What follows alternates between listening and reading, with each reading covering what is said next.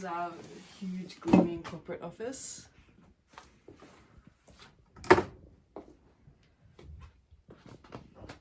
And all of our like overspill. What do they call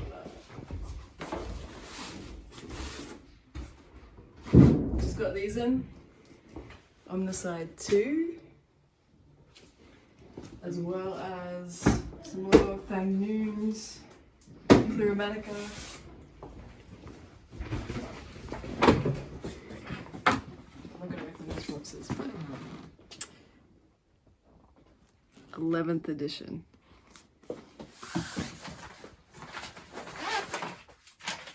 Oh, it's like a map of the CCIU pandemonium mapped onto the mouth that I made. I was trying to work out how the names, the canonical names of the demons related to an oral system of geotrauma. I got like a really great secret unpublished nomogram posted on the top. Oh yeah, you don't show that. Made by Manuel Sepulveda. Might be a future project. Been working on doing screen prints of it. Dan Mitchell is an amazing artist. Like whenever the tedium of the present and actuality really gets to me, I think he's one of the artists who I just look at his work and I'm like, yeah, that's the real virtuality. That's what's actually going on. He made this magazine, which I think is still continuing, called Hard Mag. But this is my treasured copy of the Plymouth edition, which is all about seagulls.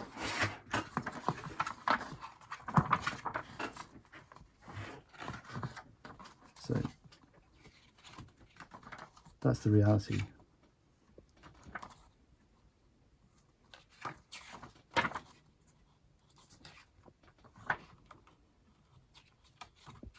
Giant girls go on porno side spree as Plymouth collapses into drunken ruin.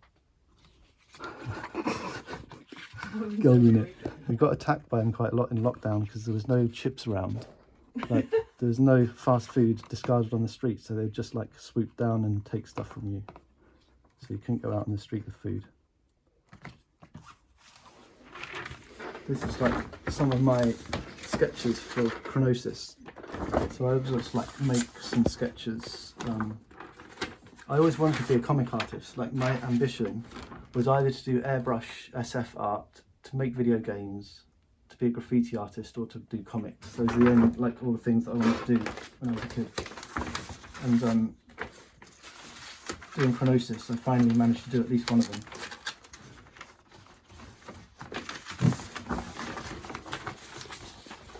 There's some demon sketches.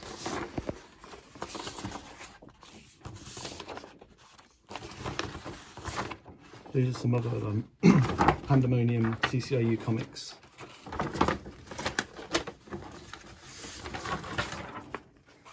Unpublished.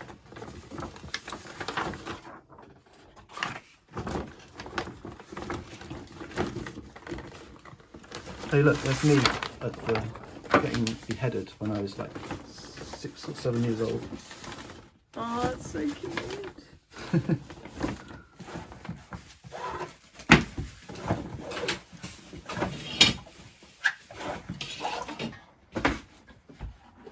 So these two boxes here, this is basically how I got Amy to move halfway across the world to come and live with me. It's not true. Came from more than that. That's what you say. Oh yeah, so that's the programme to Virtual Futures 96, 95 and 96. Those are the conferences at Warwick. This was the one where like the CCIU type people took over. And I did this logo on Corel paint or something.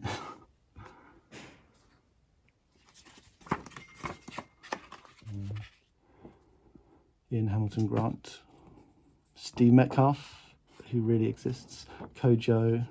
I remember when Kojo gave this talk, a few people who came to the conference like got kicked out by security for smoking, and so the security like upped their presence And I remember Kojo was like talking about Wu-Tang Clan. So he did this talk where he would like put records on and talk about them. And he was like, you can hear them inhale and exhale. Sadie at the end, Linda Dement, Pat Cadigan, Matt Fuller, Shuli Chang. Yeah. That was the year before when it was like more like an actual conference.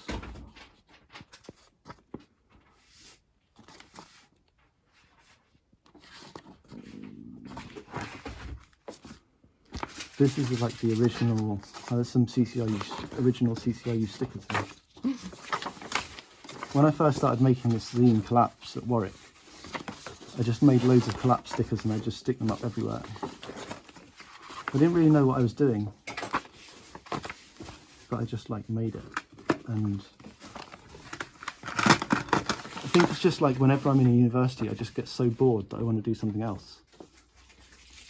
So yeah, I made 3 issues of this. This is the original Collapse. And we used to use we stole a photocopying card from the philosophy department and used that to print it. With a piece by Mark Fisher.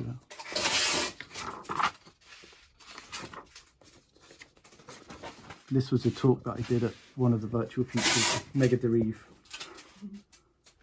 This is Maya giving a talk at Warwick called Libidinal Ballistics. So cringe. Early 90s. It's cute. And adorable. This is Maya wearing the silver cyber shirt, reading The Critique of Pure Reason in Zippies, which is the Warwick bar. Don't dwell on this too much with the camera.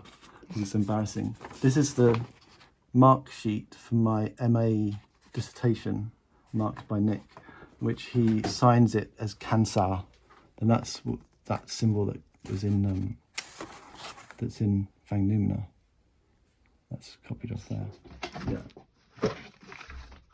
This is the first Collapse with the cassette tape of Meltdown, which is one of Nick's texts that we had the Apple Voice read over some techno. You can see my amazing Photoshop airbrush work on the cover there. It's quite something.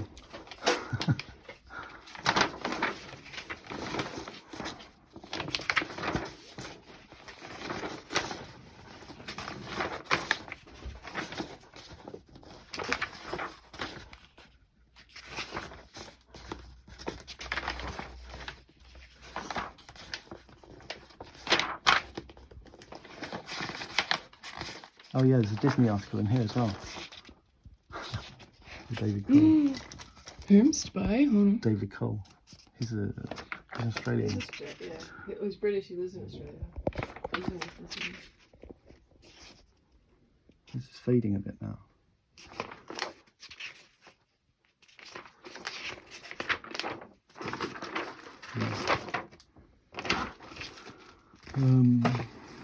Yeah, fanzine of the month in ID, not bad.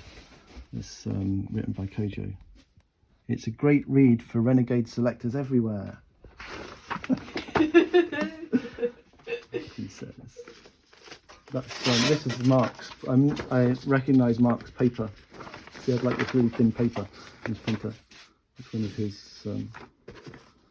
Mark was one of the first people I ever knew who had a fax machine. For some reason, he always had a fax machine in his house, and he was the first person I knew who had a mobile phone as well. Early adopter. That's another one of Mark's. Yeah, that's the paper.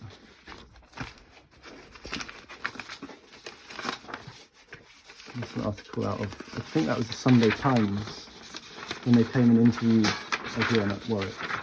It's a picture of Sadie with some fibre optic cable on a roof. This is so good though. This is another really good example from machinic reading. This is queer topology. So it's like you read the chapters, the chapter names. So these are the chapter names from Thousand Plateaus. You read them as vectors across the keyboard. So one or several wolves goes like one or several. So it goes like around the keyboard like that. So any sentence or word like creates a shape. So Nick presented this, and it was in this place called the Airport Lounge, which is like a kind of corner bar in the Warwick Student Union. And I remember it was snowing. There was like snow swirling around the corner windows. And I just remember like this kind of silence that followed Nick handing these out and presenting this new way of reading A Thousand Plateaus. And everyone like doing sidelong glances at each other. But I mean, it's a good experiment. I don't think queer topology took off that much. Speed is a good one. Speeds. Intensities is pretty great too. That's one of my essays. Kurt's Gradient, Bergson and Ballard in the Jungle. This is basically like what I'm still doing now. I still haven't finished this project.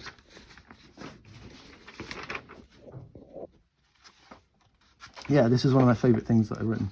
If infantilism was all the past had to offer, then psychoanalysis would be time travel and the future would be well balanced.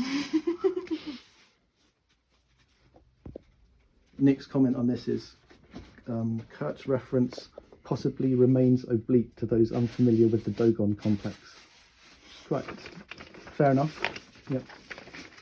One of the things that I love the most about Nick Land is his girlish bubble handwriting. Like, look at this bee. It's so good. My secret diary. It's my script. No, this one. So Virtual Futures 95. This is the first time I did a talk with music, and I like put together this mix where all of the kind of cuts in the text were synchronized with the tape. So it's got like instructions about where to start. It says at the end, it says, we subscribe to the Gilles de Rais formula. Disproportionate squandering of resources for V-Doom play Megadeth. Not even sure what that means.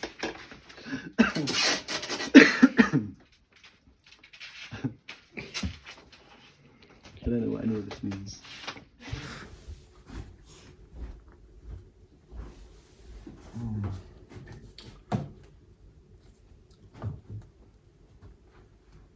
I was going to show you my first edition of like Bus Boat Tower Buster.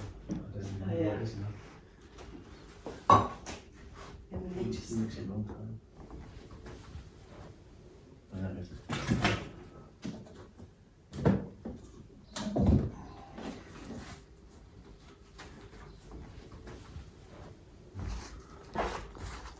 Four volumes.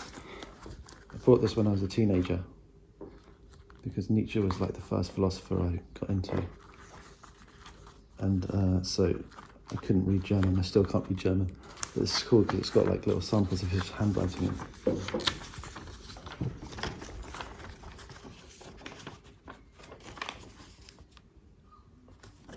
Letters to Peter Gast. And all his signatures. It's really spiky, his handwriting, isn't it?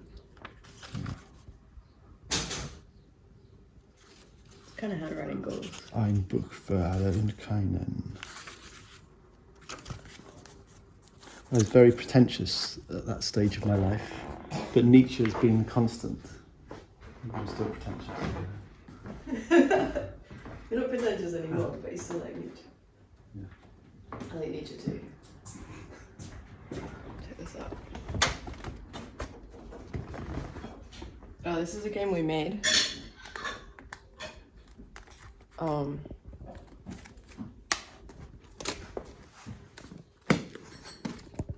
I think this is answers and this is questions. It's like a riff on Cards Against Humanity that we made with the kids. Yeah. I don't believe in sad medieval lute music. I want to kids wrote. The best type of house in the Sahara Desert is made of a tennis ball with no sense of decency or decorum.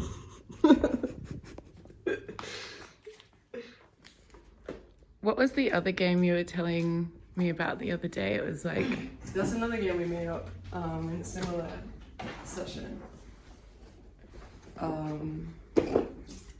So it's like Exquisite Corpse, where you have to do like draw a body. Everyone draws one section of it, and you can only see just like the very edge of what the person before you has drawn, and when you unfold it, it's like a weird monster or something.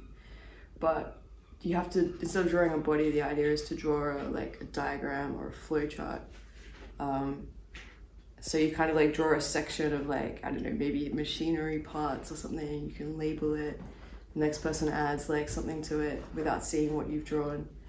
And usually you have like, we'd have like 2 groups of people. And at the end, when you open the diagram, before really having a chance to absorb what's on the page, one person from each team has to like, pitch it to a venture capitalist as like a new process or a new invention. This is one of my favourite. This is one of my favourite ones. You got the Shinjuku farm building there, which is subtended to the surface, but then subtended downwards to the lowest level of the buildings. You've got this structure which reaches all the way down into the egregious nebula and is irradiated by stiff radiation. So if you're sending out from the Department for Building a Better Future all of these different resources, unprocessed energy, partially processed energy, etc., you know the score. The dangerous waste flux is going here, because that's obviously there's no response to that. But then you've got the human compatible responses, which suggest that communication should be continued, the anomalous responses, which we have to be cautious about, obviously, and the residual dust deposits just kind of channeled over to the side. So that's that one. I've got a good Polish, I've got a nice Czech magazine, which is all about chimneys. It's chimney porn.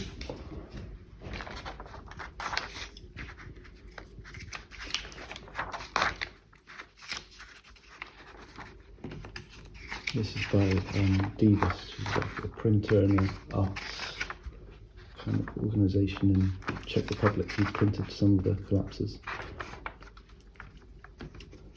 Oh. They've got names. Like a porno magazine. Yeah, chimney porn. And this was like one of my first inspirations, Chris Voss. I still think he's a great artist. He did loads of science fiction book covers. I used to always want an airbrush, and I never had one. I guess they're obsolete now. But it's an early accelerationist tendency, I think. It's kind of like producing this extremely high resolution, shiny surface.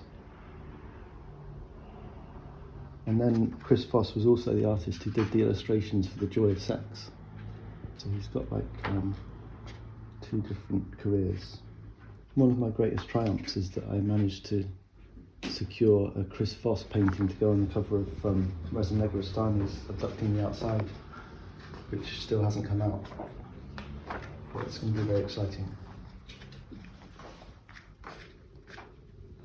This is I think this is a 2nd edition copy of Urbanomic. 2nd edition, 2012. When I was doing my PhD, first discovered Urbanomic, got a copy of this. I have read it quite a lot. This is like, I guess, just typical of how I interact with books. Like, I really enjoy writing all over them. Kind of use it as a like externalized memory prosthetic, because I can always remember what I was thinking about a particular text if I like can visualize my marginalia. I thought there was a code in this, and I spent a long time trying to figure out like if there was some logic to which particular letters were capitalized, running it through like the keyboard, running it through alphanumerics, trying to like understand. But I think it's just aesthetic. You know that piece? It was in a catalogue essay for Jake and Dinos Chapman, their first big show at the ICA in London in '94, and Nick still had Zamstrad at the time, so he like printed this out from Zamstrad, and I had to retype it, if I remember rightly, on an IBM, because Nick didn't believe in IBM PCs. So and then when we did this book, all I had was a copy of the catalogue, and I had to retype it again, so I retyped this twice.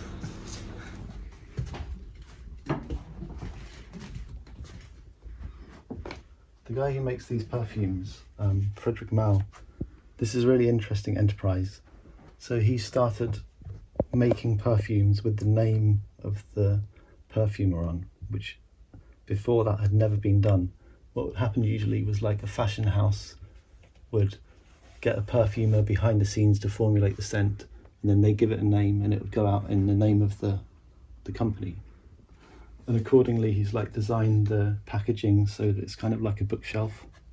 Musc Ravageur, this is like the most incredible. This is the only perfume that's given me like an erotic headache just from wearing it. It's really incredible. I did a lot of translation for them as well. I translated some of these texts on the back. And I did a lot of translation for their bathroom range. I mean, it's a really interesting industry because it's moving constantly back towards nature and towards like natural scents, and then breaking them down, making them into like synthetic compounds, producing more intense or different versions of them, and then often it swings back to being natural again. But these are kind of the best, some of the best perfumers in the world. And this one is Horizon. This is like an 80s one that smells kind of like a airport. It smells like a runway. It's got a lot of this kind of ozone scent in it. It smells like you've been out on a hot day in some kind of traffic-filled city. One of the things I'm most interested in is how people give names to colours, because it seems like it's a very specific form of abstract thinking to try to attach language to something like a colour or a scent. So I love these Essie ones because they have these crazy names which aren't all in the same register. Like mint candy apple is quite direct, but then Mamselle, this is like an association with, I don't know, it's hard to tell exactly what the association is. Keys to Happiness, that's a really good colour. Resort Fling was one of my favourites, that's kind of run out now. That's another good pink, Lovey Dovey. But some of these Chanel ones have good names too. That's OVNI, which is UFO in French. We've got a small collection of Mills and Boon, because we decided we were going to try and write some Mills and Boon fiction. We did start one called The Colours of Love. Our pseudonym was Mahogany DeWitt. But these are kind of amazing. Like, they have a very strict formula, and if you look at Mills and Boon's website, it gives you very specific instructions for each different series, because there's different like levels of titillation. And like, if you kind of get into this as a writer, it pays pretty well. So I mean, better than philosophy. Definitely better than philosophy.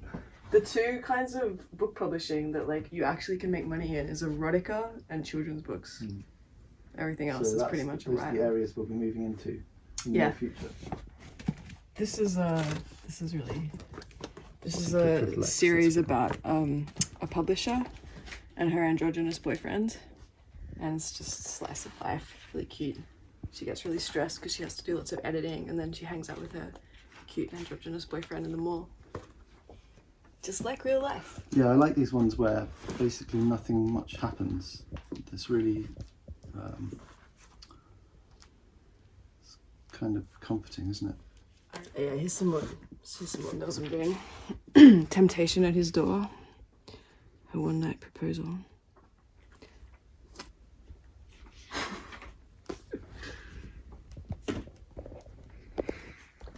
What are you looking at here? What chapter is it in Third Eye?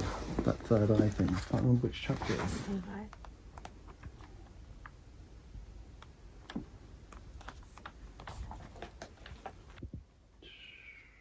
Just look up.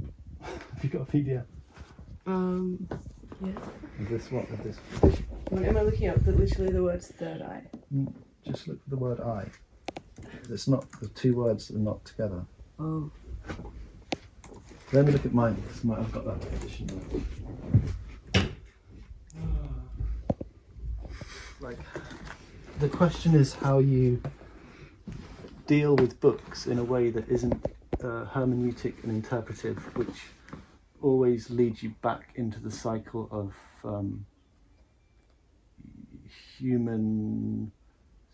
the human meaning of symbols. How do you deal with a book as a machine?